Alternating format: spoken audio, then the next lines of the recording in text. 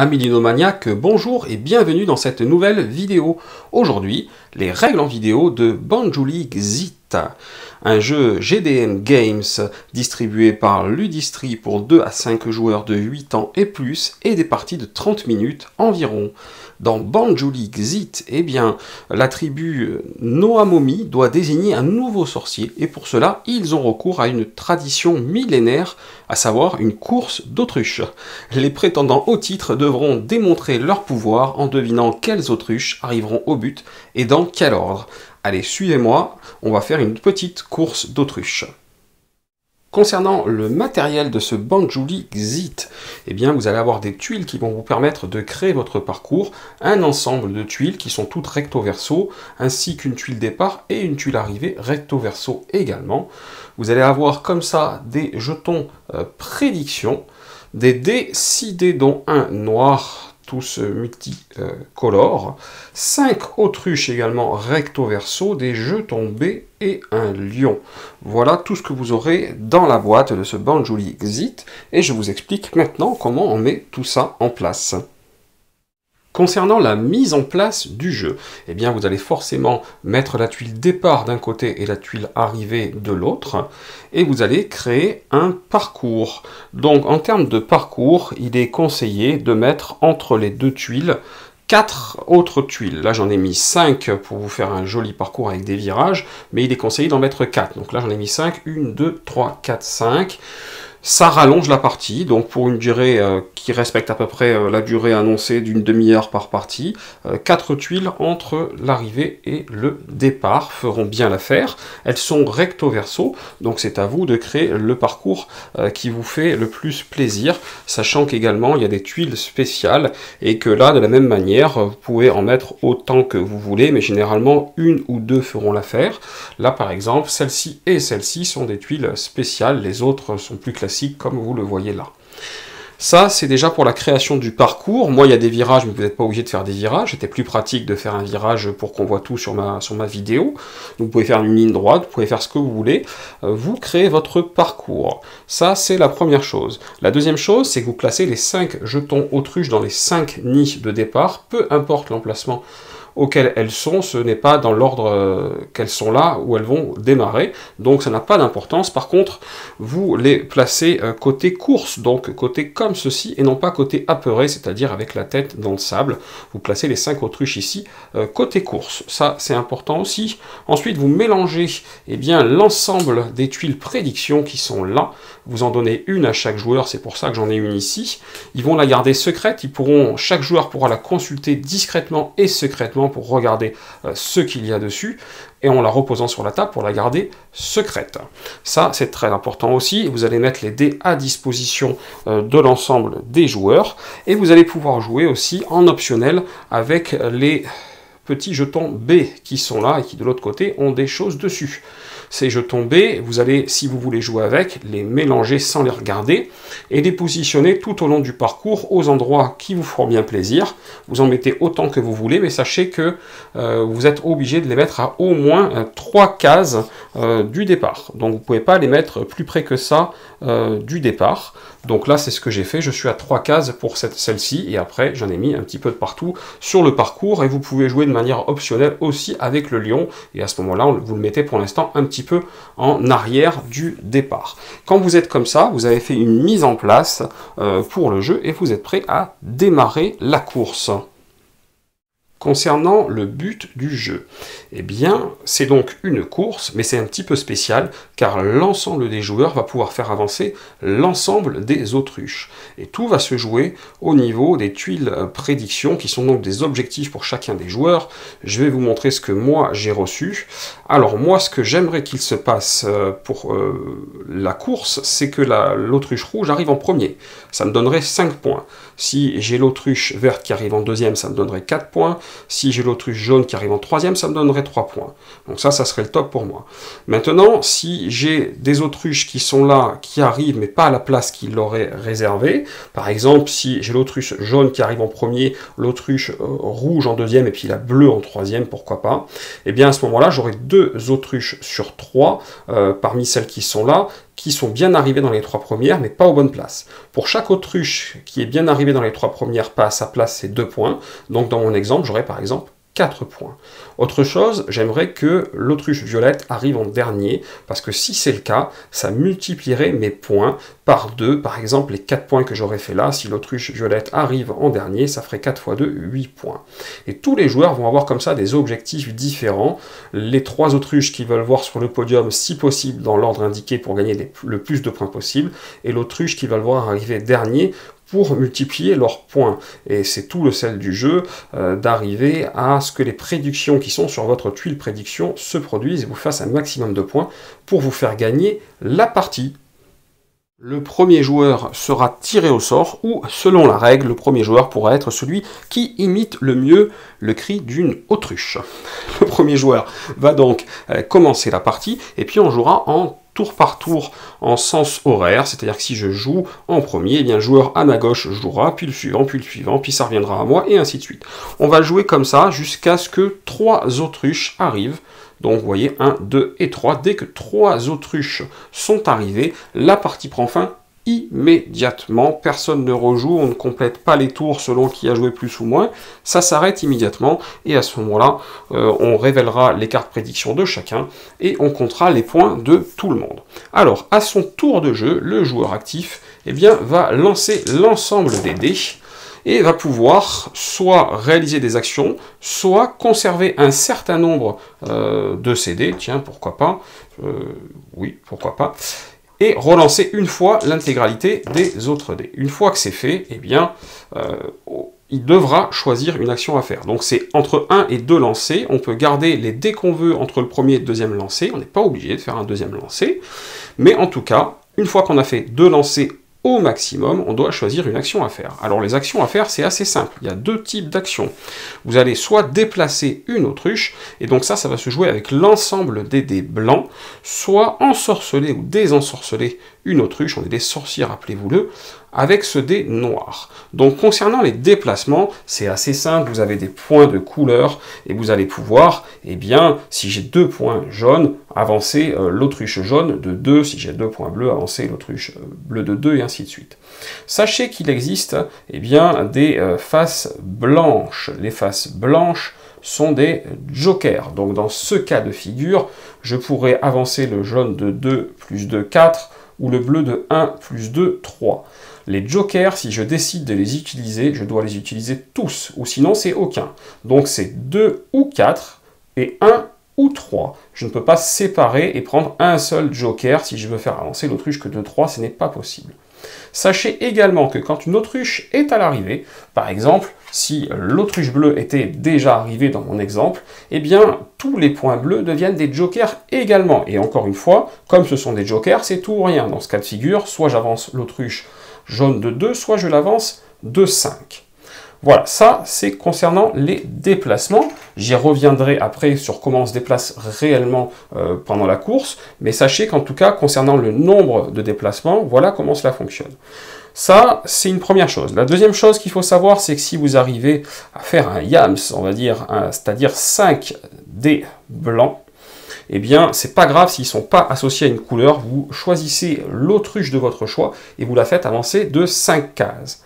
La deuxième chose, c'est si vous arrivez à faire les 5 dés des 5 couleurs d'autruche, eh bien c'est exactement la même chose. Vous choisissez l'autruche de votre choix et vous la faites avancer de 5 cases. Comme deuxième action possible dans son tour, vous avez donc ensorcelé ou désensorcelé. Je vous avais fait voir tout à l'heure que les autruches avaient une face course et une face apeurée. Elles sont toutes en position course, mais à tout moment, avec ce dé-là, eh bien, je peux prendre l'autruche qui correspond et la retourner côté apeuré. Et à ce moment-là, l'autruche ne se déplacera plus. Donc là, je ne pourrai pas avancer l'autruche verte. Bien évidemment, si j'ai du blanc, de la même manière, je choisirai l'autruche que je veux ensorceler ou désensorceler, car ça marche dans les deux sens. Avec ce dé, je peux très bien remettre l'autruche verte du bon côté. C'est toujours soit les actions de déplacement, soit l'action ensorcellement, désensorcellement. C'est l'un ou c'est l'autre, et après ça passe au joueur suivant. Concernant maintenant les déplacements des autruches, eh bien les déplacements des autruches, c'est simple. Une autruche doit toujours se déplacer vers l'avant, ne peut jamais se déplacer comme ça, sur la même case, d'accord? Toujours vers l'avant, et en diagonale ou tout droit. Donc en diagonale, c'est possible également. Il faut savoir aussi qu'une autruche doit utiliser la totalité de ses points de mouvement si cela lui est possible. Elle ne peut pas interrompre son mouvement volontairement. Si une autruche ne peut être déplacée, eh bien on ne peut pas lui assigner de déplacement. On doit choisir une autre autruche. C'est-à-dire que par exemple, si encore une fois cette pauvre autruche verte est côté apeuré, eh bien je ne peux pas dire je déplace l'autruche verte, mais comme elle est apeurée, je ne fais rien. Je n'ai pas le droit. Je suis obligé de choisir une autre autruche et de la déplacer. Quand il y a des cases rochers comme celle-ci, eh bien elles sont infranchissables, donc vous allez devoir les éviter, passer à côté pour pouvoir passer.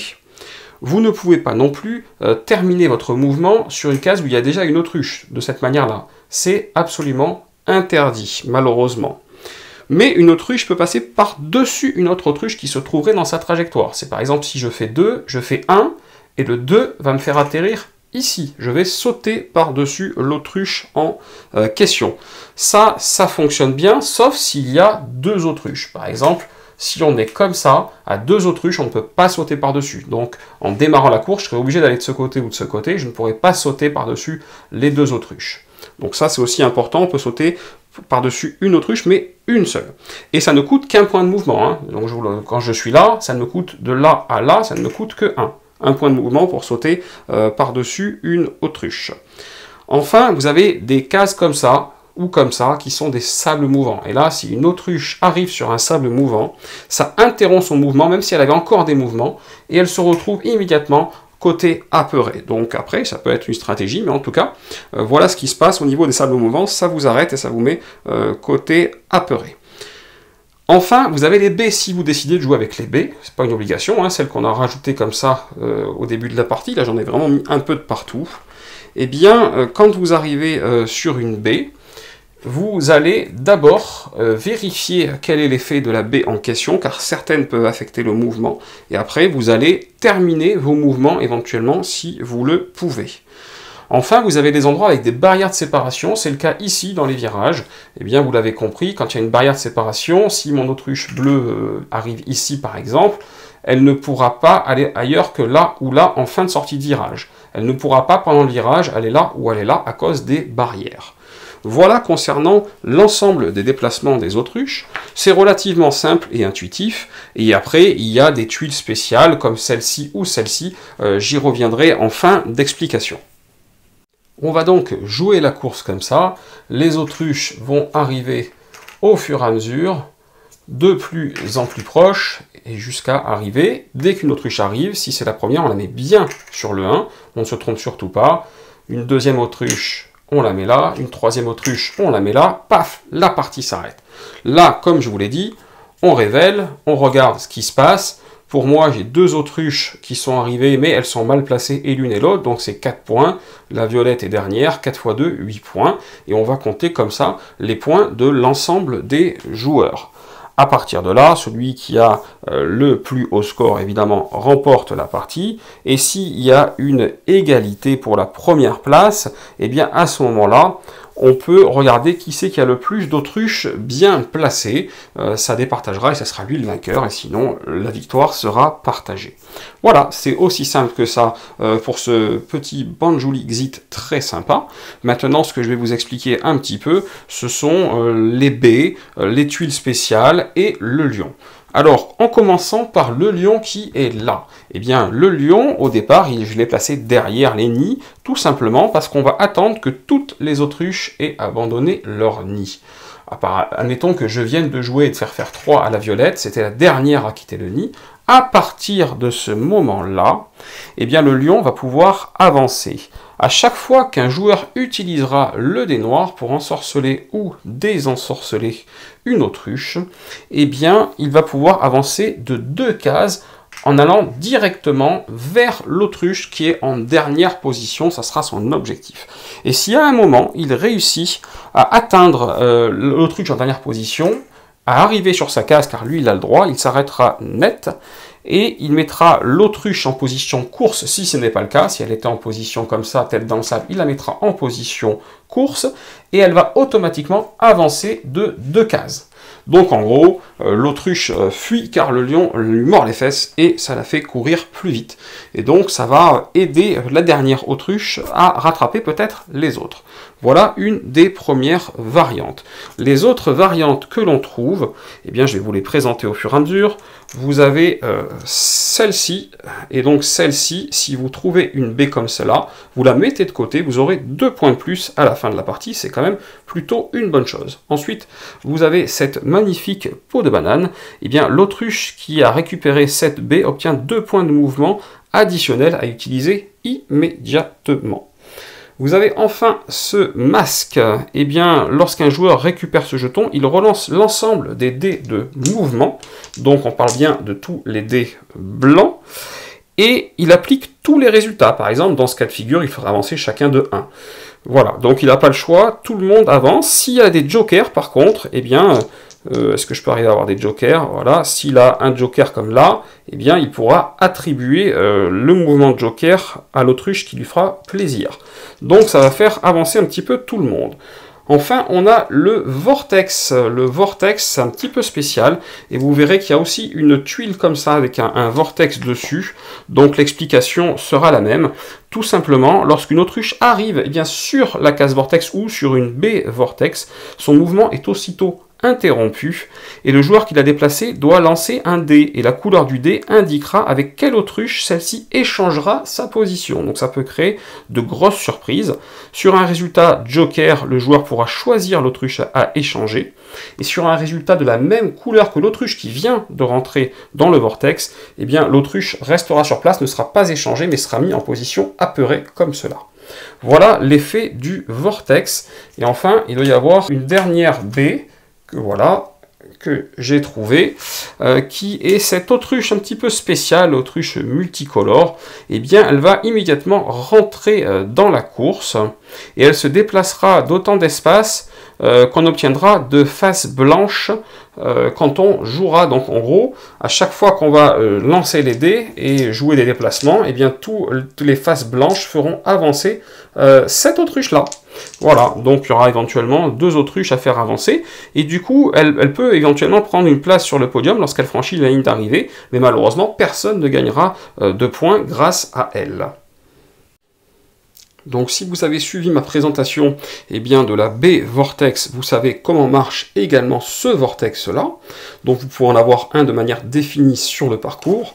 Vous pouvez avoir comme ça des crocodiles. Donc là, bien, vous n'allez pouvoir vous déplacer que sur les crocodiles et pas dans l'eau, bien entendu. Et puis il va y avoir quelques petites subtilités, car si une autruche est ensorcelée lorsqu'elle est perchée eh bien, sur un crocodile, celui-ci essayant de la croquer, le joueur à l'origine de l'ensorcellement place alors l'autruche sur une case libre d'un des 2 bords du fossé sur sa forme course. Donc en gros, une autruche qui est là ne peut pas être ensorcelée, et elle se retrouve à être sur un des 2 bords, prête à recourir. Vous avez enfin, il était là-bas, eh bien, les tuiles du volcan. Les tuiles du volcan, on peut passer sur l'intégralité des 9 tuiles, mais on ne peut pas s'arrêter sur celle-ci. On ne peut s'arrêter que sur les gros cailloux, tout simplement. Ça, c'est important. Si une autruche termine son mouvement sur une case de lave, eh bien, elle devra reculer jusqu'au dernier terrain possible, soit ici, ou moi, même à l'extérieur, elle devra reculer, ce qui était le seul moyen de faire reculer une autruche, du coup.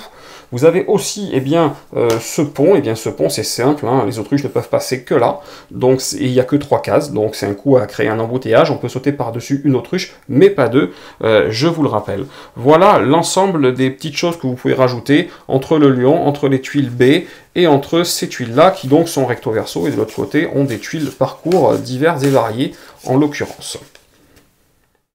Vous savez tout sur cet excellent Banjouli Xit. Alors moi j'ai vraiment été surpris par ce jeu, parce que c'est un jeu qui se joue avec tout type de joueurs, puisque vous allez pouvoir jouer avec des non-joueurs, c'est pas trop compliqué, et puis ils vont rapidement comprendre la mécanique et rentrer dans le jeu. Vous allez pouvoir jouer avec des vrais joueurs, et à ce moment-là, il y a pas mal de coups fourbes, de bluffs, et plein de choses qui rentrent en ligne de compte, et vous allez même pouvoir jouer sans problème avec les enfants. Moi je l'ai testé avec des enfants même de moins de 8 ans, qui est l'âge indiqué sur la boîte, et ça a très bien fonctionné, et il y a eu une très bonne ambiance autour de la table, et tout le monde s'est très bien amusé.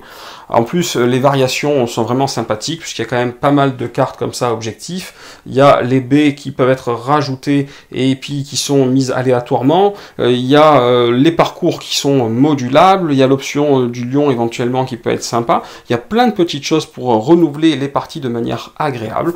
Donc, eh bien écoutez, c'est pas une nouveauté, mais moi je suis tombé sur ce jeu, et j'ai tout de suite été conquis par le style et la mécanique, que je trouvais vraiment très agréable. Donc si vous ne connaissiez pas encore, eh bien c'est peut-être le moment de vous laisser tenter par cet excellent Banjouli Xit.